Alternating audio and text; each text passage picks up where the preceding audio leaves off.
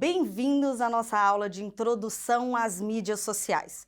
Hoje a gente vai aprender um pouco mais sobre essas ferramentas que estão no dia a dia, mas que nem sempre sabemos usar de forma profissional.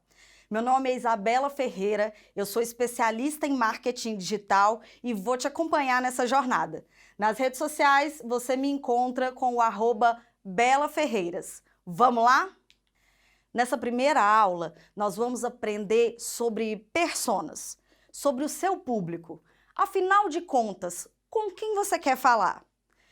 Quem tenta falar com todo mundo não fala com ninguém.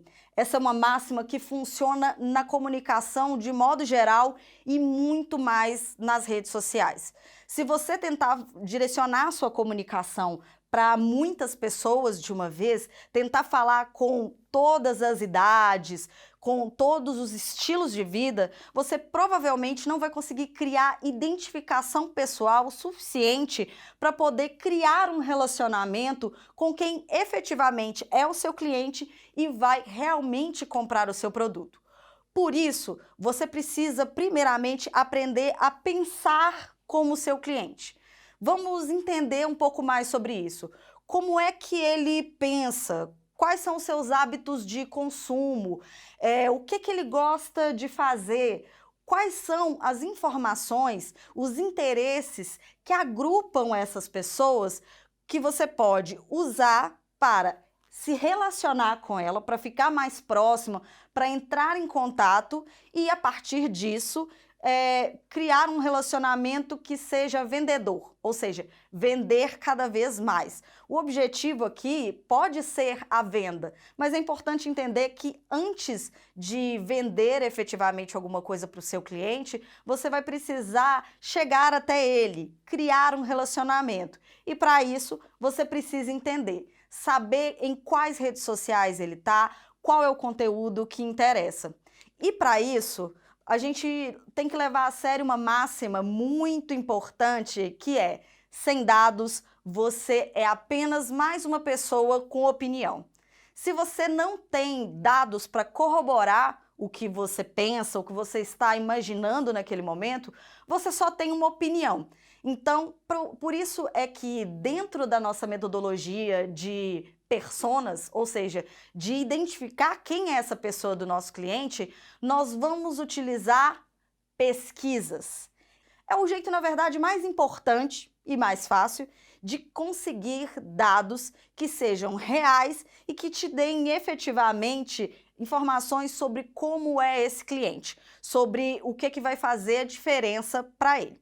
Existem dois tipos de dados. A gente pode falar que são dados primários, são aqueles que você tem contato direto com a fonte. Ou seja, quando alguém faz uma pesquisa, quando você faz uma enquete, quando você tem contato mesmo com o público para o qual você está perguntando.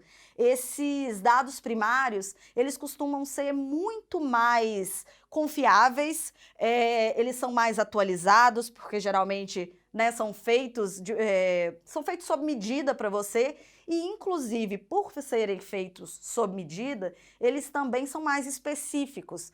Ele pode te dar informações que sejam especificamente do recorte do seu cliente no seu mercado, algo que pode não estar disponível. Porém, em contrapartida, a gente tem um problema em que elas tendem a ser pesquisas bem caras, né? Feitas por institutos de pesquisa. Então, nós estamos falando aí de pesquisas na casa de dezenas de milhares. Você pode fazer também pesquisas mais simples, que sejam por meio de enquetes ou de formulários no Google Docs. Mas você tem que tomar um cuidado muito grande, porque você corre o risco de fazer essas pesquisas de modo enviesado. E com isso, você vai ter dados incorretos. E aí a gente tem um cenário pior ainda. Pior do que não ter dados, nesse caso, é ter dados incorretos, porque você vai tomá-los como reais e vai tomar decisões pensando nesses dados, né? Então, tem que ter essa atenção aí, ele tem prós e contras. Do outro lado, a gente tem os dados secundários e eles também têm prós e contras. São os dados que você vai conseguir por meio de pesquisas prontas, dados de outros, ou seja, vários institutos de pesquisa realizam pesquisas frequentemente, disponibilizam elas gratuitamente, como acontece com o Censo, com o Sebrae, tem várias instituições que liberam reportes com frequência sobre esses conteúdos, e você também pode, às vezes, comprar esses dados de empresas que fazem pesquisas e liberam ali os dados de pesquisas já prontas. Nesse caso, a gente vai estar confiando na metodologia que foi criada por essas instituições, que, né, sendo reconhecidas, tá ok? Então, uma pesquisa que vem, por exemplo, do Sebrae, possivelmente você vai poder utilizar os dados sem problema, mas também tem o lado ruim, que você pode não encontrar os dados específicos que você precisa, né? Se você quer abrir um pet shop numa localização específica, você pode não ter esse dado, mas você vai encontrar dados sobre pet shops e sobre aquela região, e vai cruzar essas informações para que elas sejam úteis para você. Eles são bem mais acessíveis e mais possíveis que você encontre. Uma dica é você usar o termo comportamento de consumo, e aí do que você quer, por exemplo, nesse caso, de consumidores de pet shop, de clientes de pet shop, e procurar se tem pesquisas já na internet disponíveis sobre isso que você está querendo saber. Na melhor das hipóteses, você vai juntar essas duas informações para ter os dados mais adequados e, com isso, definir bem quem é o seu cliente. Persona. É nessa informação que a gente quer chegar. Quem é esse cliente base que compra o seu produto? Vamos pensar, por exemplo, em um carrinho de bebê. Quem é a persona fundamental que compra carrinhos de bebê? A gente pode pensar prioritariamente na mãe, por exemplo. A maior parte dos carrinhos de bebê tendem a ser comprado por, ou no mínimo a decisão de compra é da mãe. Quer dizer que um pai não pode comprar? A tia, a prima, a avó? Não tem o menor problema. E se essas pessoas chegarem pela sua comunicação, você vai continuar vendendo o carrinho de bebê sem o menor problema. Mas quando você for pensar a sua comunicação, quando você for definir em que redes está, qual conteúdo criar, ao invés de tentar falar com todo esse público, você vai falar pensando na mãe. Ou seja, esse é um personagem semificcional que vai direcionar toda a comunicação da sua marca. Quando a gente diz semificcional, é importante considerar que o que a gente quer dizer existem informações que você vai inventar para tangibilizar essa pessoa, por exemplo, o nome, a idade, isso tudo tem que estar dentro da sua faixa, mas você vai inventar isso, uma historinha para essa pessoa, você também vai inventar ela, mas tudo isso precisa estar corroborado pelos dados, aqueles que você encontrou nas pesquisas. Por isso a gente diz que é um personagem semificcional. Mais do que um processo, a gente precisa entender que as personas são uma coisa contínua. Você precisa dar continuidade a esse desenvolvimento. Não é simplesmente escrever num caderno ali, digitar e guardar numa pastinha quem é essa pessoa, né, tudo fechadinho, e guardar. Por isso, a gente sugere uma das formas mais fáceis de chegar à conclusão de quem é esse cliente é usando ferramentas do Design Thinking. Você pode já ter ouvido esse termo, ele é muito utilizado também na área de comunicação, mas não apenas na área de comunicação. E o que a gente quer aqui é utilizar ferramentas do design, ferramentas visuais, para que você possa facilitar a criação e até mesmo consultar essa informação de forma mais frequente. No caso das personas, o primeiro mapa que a gente pode utilizar é o mapa da empatia. Você vai ver agora o mapa da empatia, como funciona. Esse mapa serve para que a gente possa se colocar no lugar do cliente mesmo e tentar imaginar um pouco mais do que ele sente, o que ele fala, o que ele pensa. Você pode encontrar o mapa da empatia em diversas formulações. Você pode usar o que achar mais confortável. Inclusive, não é obrigatório passar por ele aqui, preencher exatamente na ordem que ele está. Você pode fazer isso como achar mais confortável. Mas a primeira coisa que você precisa definir nesse mapa da empatia, esse é importante que seja primeiro, é com quem nós estamos sendo empáticos. Quem é essa persona? Com qual tipo de cliente nós vamos tentar ser empáticos nesse momento? Você pode sim ter mais de uma persona. O ideal é que você crie uma de cada vez e que você não tenha muitas ao mesmo tempo, senão não vai resolver. Você vai continuar aí perdido tentando fazer uma comunicação para públicos muito diferentes.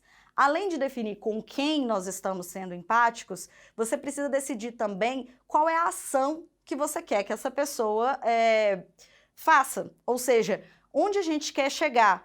Qual é o objetivo desse mapa da empatia? Qual que é o objetivo final dessa persona nesse momento? Então, você definindo com quem a gente quer ser empático e o que essa pessoa precisa fazer, se é, por exemplo, comprar um curso ou ir até a sua loja, a gente sabe melhor que vai ser possível que você defina melhor quem são essas pessoas e qual aí vai ser, quais as informações são relevantes, vai entender e vai se colocar no lugar dela para que ela alcance esse resultado.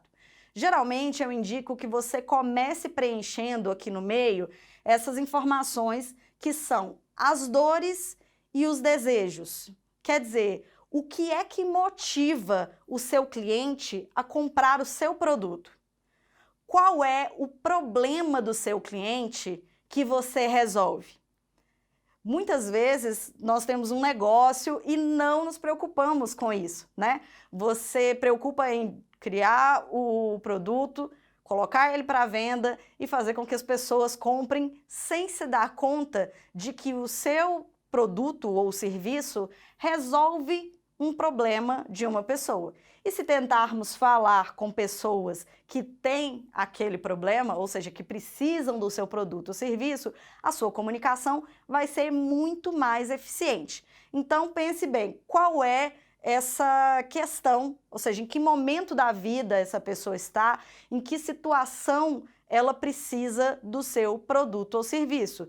Se você vende sorvete, talvez não vá fazer muito sentido tentar fazer isso perto de um iglu lá no Polo Norte. Mas se você fizer isso no Saara, numa barraquinha perto de onde todas as pessoas estão passeando, você vai ter muito mais sucesso. É essa a lógica de pensar o que essas pessoas precisam que você resolve. Depois disso, você vai pensar no que ela vê.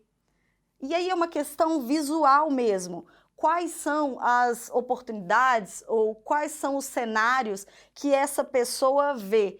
Quando ela olha em volta, qual é a informação visual que ela tem? O que ela fala também é muito importante. Por exemplo, quando a pessoa quer esse sorvete lá no Saara, ela vai dizer: eu tô com muito calor. Nossa, eu queria algo para me refrescar agora. Talvez ela não diga: eu quero um sorvete gelato de chocolate com baunilha, que é exatamente o produto que você tem. Quando você for pensar no que ela faz, pense realmente nessas ações físicas até mesmo. Ela entra nesse momento lá no Saara, ela olha em volta e procura uma barraquinha que tenha esse produto, ela pega o celular e digita para descobrir se tem esse produto em algum lugar ou alguma coisa semelhante, ela entra, na verdade, ela procura o guia que é com quem ela está nesse lugar, qual que é esse comportamento dela. E o que ela escuta. De novo, tudo que a gente está dizendo aqui é bem fisicamente mesmo. O que essa pessoa escuta que tem a ver com o seu produto, serviço nesse momento de compra dela. Ela escuta várias outras pessoas que estão em volta já tomando o sorvete e dizendo que ele é muito bom, por exemplo. E assim a gente define um pouco quem é essa persona. Agora que você já está bem dentro aí da pele do cliente, já sabe o que ele faz, o que ele pensa, o que ele gosta, nós vamos usar outra ferramenta que aprofunda isso e que efetivamente cria a persona, que é o Canva de persona. Olha só, a primeira coisa que você pode preencher nele é exatamente trazer a informação que veio lá que você já preencheu lá no outro Canva, ou seja, que é quais são as dores desse cliente, qual é o problema do seu cliente, né, que você resolve. Além disso, aqui você vai usar algumas informações que são realmente ficcionais. A ideia é que você crie fisicamente, né, assim, que você pense, que você consiga traçar na sua cabeça como essa pessoa é até mesmo fisicamente, como se fosse o seu melhor amigo. Você vai poder decidir, por exemplo, o nome, a idade. Lógico que o local que ele está, a idade, tem que estar dentro aí do que você viu lá na pesquisa. Mas o nome, por exemplo, você pode criar. No lugar aqui da bio, ou seja, é uma historinha dele mesmo, o que esse cliente tem de história de vida que é relevante para a gente. Onde ele estudou, onde ele começou a trabalhar, ele é casado, não é, se ele gosta de correr todos os dias à noite, enfim, o que é informação aí que seja efetivamente interessante para o seu negócio. Ah, você vai me perguntar, mas eu ainda não sei como fazer isso, eu ainda não tenho muita ideia de como separar as informações. Coloca tudo que você conseguir pensar aqui que define essa pessoa e depois você vai se aprofundando ou até mesmo mudando o que faz mais sentido, tá? Muitas vezes, gente, você não vai conseguir ter todas as informações lá de pesquisas ou muito claras sobre a sua buyer persona. Tudo bem, isso é um processo, não é uma coisa que você faz sentando uma vez, tá? É uma coisa de se criar ao longo de um bom tempo e consultar com frequência. Você pode colocar isso ali, ó, atrás da porta do escritório e ficar vendo todas as vezes. Você também vai colocar aqui o deal breaker e deal maker desse cliente, ou seja, o que fecha negócio e o que empata negócio no momento da venda. Se você, por exemplo, vende produtos de cabelo e as pessoas gostam muito, o produto é muito bom, você passa todas as informações, mas no momento de pagar você só aceita cartão, você não aceita cartão de débito, você não aceita cartão de crédito, por exemplo, isso vai fazer com que você perca vários negócios. Então você já vai ter ali, opa, isso é um deal breaker. A pessoa está convencida, ela quer meu produto, mas ela só pode adquirir de outra forma que eu não acesso, não tem jeito. E pode ter também o deal maker, né? O que é aquela coisa que é assim, na hora que você põe isso, a pessoa tem certeza. Pode ser, por exemplo, um brinde. Você vende um produto, a pessoa já está interessada, você já contou todas as possibilidades dele, já pensou, também já apresentou as formas de pagamento, tá tudo legal, a pessoa tá tá ali sem saber se ela vai comprar ou não, e aí você acrescenta um brinde. Ó, se você levar hoje, eu te dou esse brinde. Esse brinde que você tem na manga, que pode ser sempre dado, é o seu deal maker, né? Ou seja, a coisa que vai garantir o negócio muitas vezes.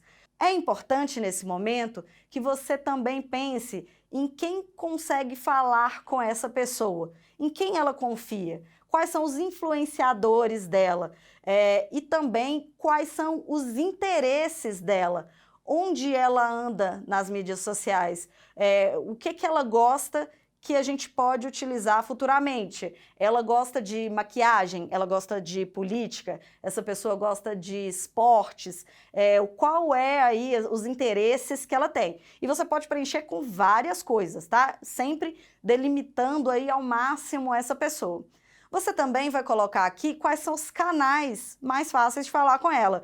Então, eu vou estabelecer se é mais fácil falar com ela com telefone, se é mais fácil ligando ou conversando no WhatsApp, num e-mail, num evento real. Isso vai ser muito importante quando a gente for definir os canais, né, quais as redes sociais que você vai estar ou não. E também é importante colocar aqui já alguns insights de conteúdo. Ou seja, que tipo de coisa você acha que pode ser interessante para essa persona. Quando você terminar esse quadro, eu tenho certeza que vai estar muito mais claro na sua mente quem é a pessoa com quem você precisa falar. E aí você vai ver que vai ficar muito mais fácil responder todas as outras perguntas. Então, recapitulando como você precisa fazer a persona. Primeira coisa é identificar com quem você precisa falar.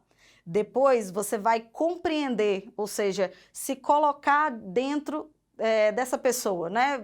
Se colocar sob a pele dela mesmo. Depois, você vai confirmar por meio das pesquisas e então você vai desenvolver, você vai criar conteúdo, você vai pôr ela em ação. E aí tem essa setinha aqui, ó, colocando, voltando sempre para a parte de confirmação, que é a parte de pesquisa, porque isso precisa ser contínuo, é um processo que se realimenta, não é uma questão de criar uma persona e pronto, está acabado. Você precisa ir fazendo isso sempre, mudando as informações. Nós mudamos todo o tempo, o seu cliente muda e, para isso, o seu negócio vai ter que mudar também. Aqui a gente tem um exemplo simples, tá? Bem reduzido de uma persona. Por exemplo, essa é a Juliana Martins.